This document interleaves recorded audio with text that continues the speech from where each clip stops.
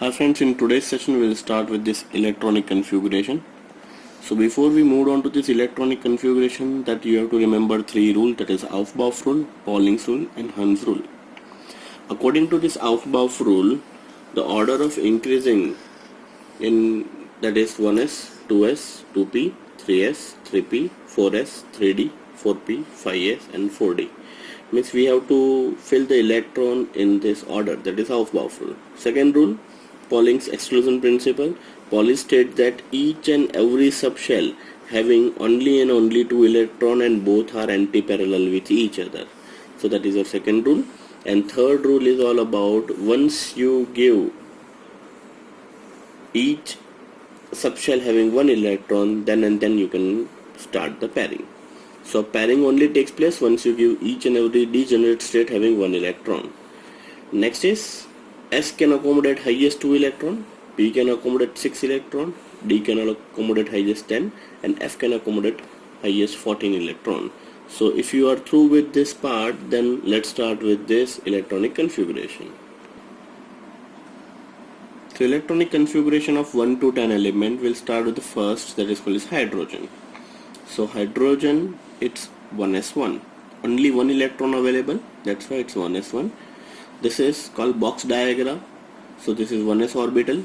So this is 1s having only one electron. So that's why it is 1s. Next 2 for helium, 1s2. So once again 1s having 2 electron. Then third position we have a lithium. So we cannot put 1s3. Why? Because S can accommodate only 2 electron in outermost shell.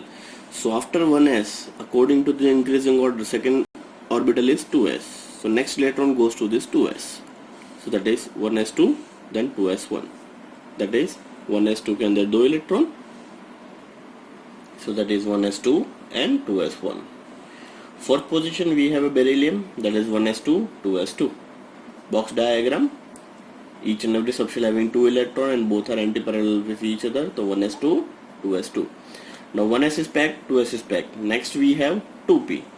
So fifth, boron, 1s2, 2s2, 2p1. So now we have a 1s2, 2s2 and 2p1. Carbon, 6 number, 6 electron, 1s2, 2s2, 2p2. Just because P can accommodate 6 electrons, so we can go with P2, 1s2, 2s2, 2p2. Then likewise nitrogen, oxygen, fluorine and neon. So we'll move on to the last, that is called neon. Neon is 10. 1s2, 2s2 and 2p6.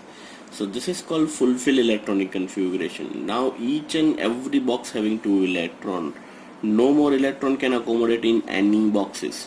Due to this reason, neon is noble gas.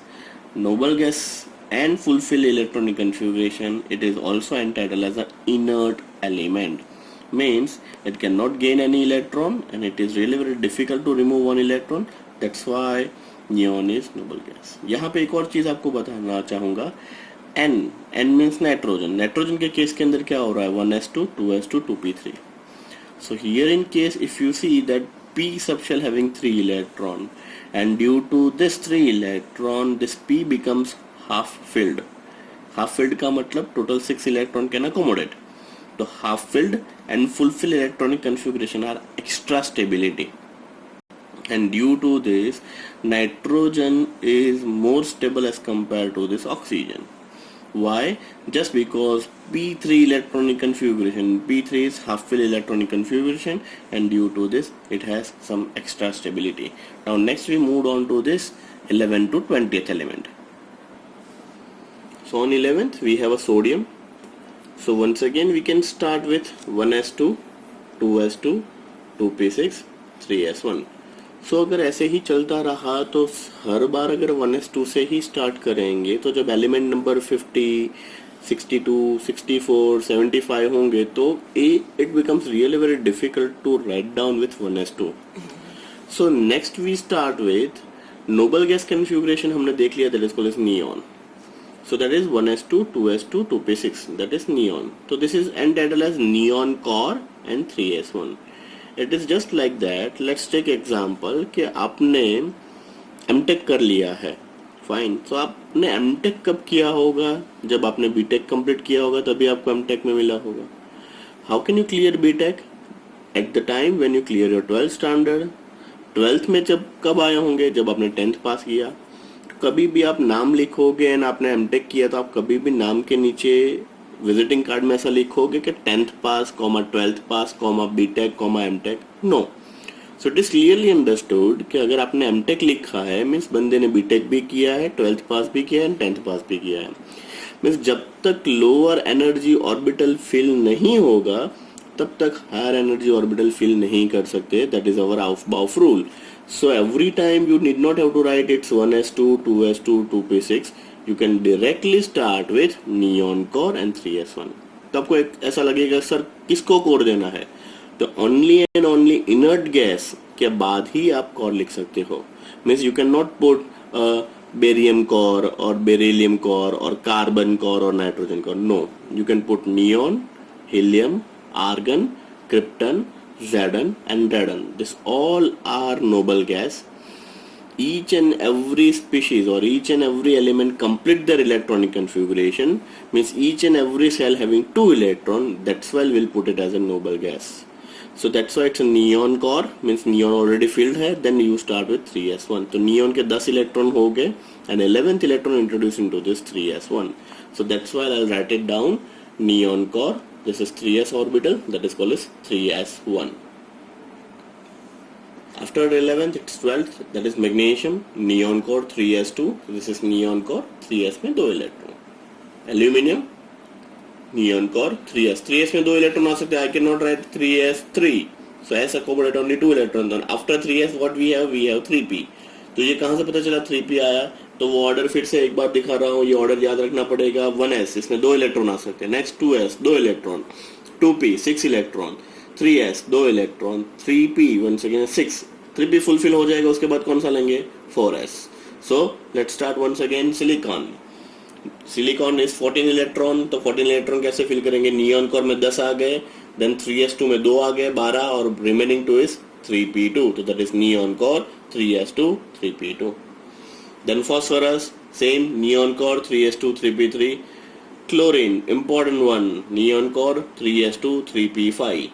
And next is argon, once again a noble gas configuration, neon core 3s2 3p6. यहाँ पे देखिए बच्चों, all the subshells are fulfilled, 2 electron 2 electron 2 electron 2 electron. So that's why this is noble gas configuration or fulfill electronic configuration. That's why argon cannot react easily, so it is inert gas species. Next is potassium. देखिए अब मैंने यहाँ पे neon core नहीं लिखा है, क्यों? क्योंकि आर्गन कंप्लीट हो चुका है, तो I'll put it as argon core 4s1. तो that's why argon core 4s1. And last is 20th, that is calcium, argon core 4s2, argon core 4s2.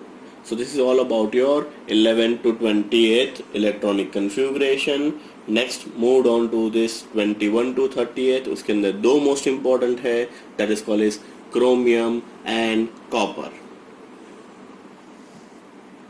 So next we moved on to this 21 to 38. तो सबसे पहले कौन कौन से element है वो element एक बार देख लेते हैं। 21 पे है scandium, 22 is titanium, 23 is vanadium, 24 is chromium, 25 is magnesium, 26 is iron, 27 is cobalt, 28 is nickel, 29 is copper and 38 is zinc.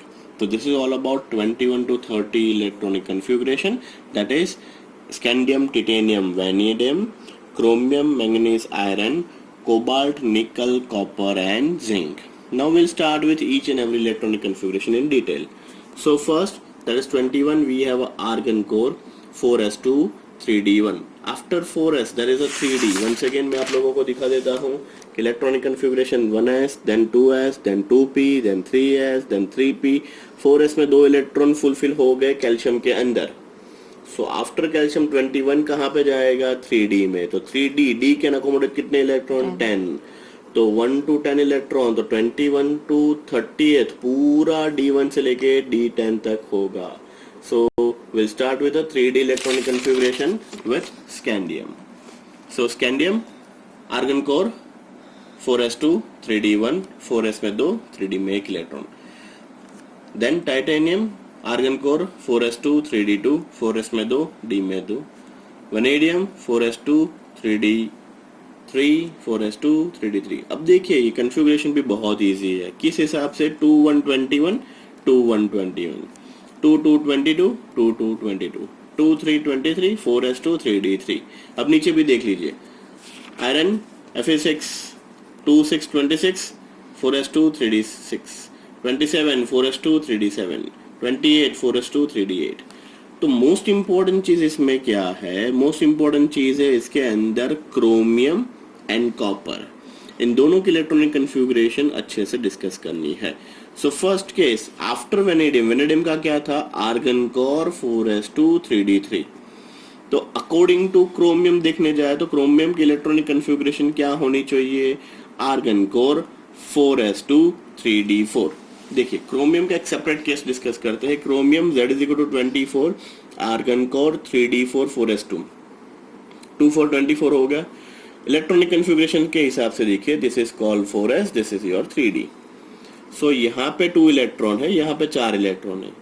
By any means अगर ये एक इलेक्ट्रॉन यहाँ से यहाँ चला जाता है, then what you get argon core 4s1 but 3d5. d5 का मतलब होगा हाफ फिल्ड इलेक्ट्रॉनिक कन्फिगरेशन.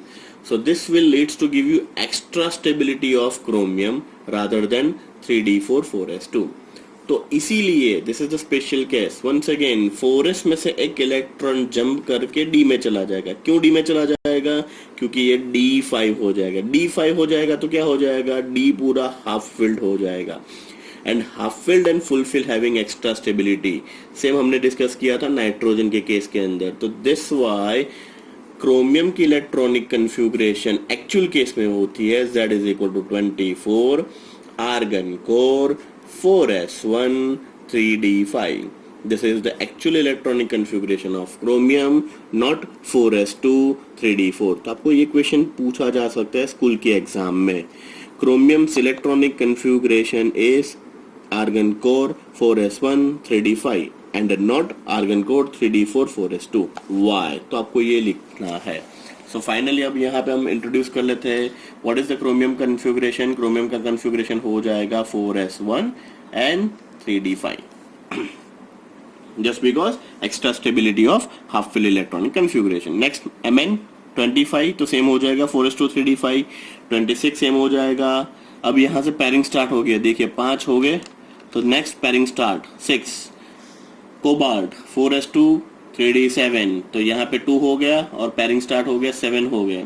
निकल argon core 4s2 3d8, 4s में 2 और d में 8. Next is copper. कॉपर का क्या होना चाहिए आफ्टर निकल? 4s2 3d9. तो once again copper is a special case. तो वो फिर से हम डिस्कस करते हैं किस हिसाब से है. So in copper electronic configuration is argon core 3d9 4s2. So according to box diagram, this is argon core, this is your 4s and this is your 3d. So argon core 4s2 3d9. अगर 4s में से ये एक electron यहाँ पे चला जाता है तो it becomes d10. So that becomes argon core 4s1 3d10. 3d10 का मतलब ये क्या होगा? Each and every subshell is fulfilled. So fulfilled having extra stability and due to this copper's electronic configuration is argon core 3d10 4s1. So this is all about your electronic configuration of copper. So copper का electronic configuration लिख लेते हैं 4s1 3d10. Why d10? Just because extra stability of fulfill electronic configuration. तो ऐसा ही एक question फिर से पूछ सकता है क्रोमियम की तरह ही. Copper's electronic configuration is 4s1 3d10 and not 4s2 3d9. Why? तो आपको ये एक्स्ट्रा स्टेबिलिटी वाली बात डिस्कस करनी है. 30th last element Zn is argon core 4s2 3d10. So this is all about your 21 to 30 electronic configuration. So आपको 1 से लेके 30 तक के सारे इलेक्ट्रॉनिक कन्फिगरेशन अच्छे से प्रिपेयर करके याद रखने हैं. मोस्ट इंपॉर्टेंट 2 चीज that is chromium and copper. Chromium के केस के अंदर half fill extra stability d5, that's why its electronic configuration is argon core 3d5 4s1, and likewise copper having extra stability of fulfill electronic configuration, argon core 4s1 3d10. तो ये दो exceptional case याद रख लीजिएगा. So this is all about your electronic configuration. अब ये पढ़ने के बाद जब आप चैप्टर 3 की इलेक्ट्रॉनिक कन्फिगुरेशन आप पढ़ोगे तो U becomes really very easy. Chapter 3 आपका बहुत इजी हो जाने वाला है now, just because you are aware about each and every stuff about electronic configuration. So hope you enjoy this session. Thank you so much.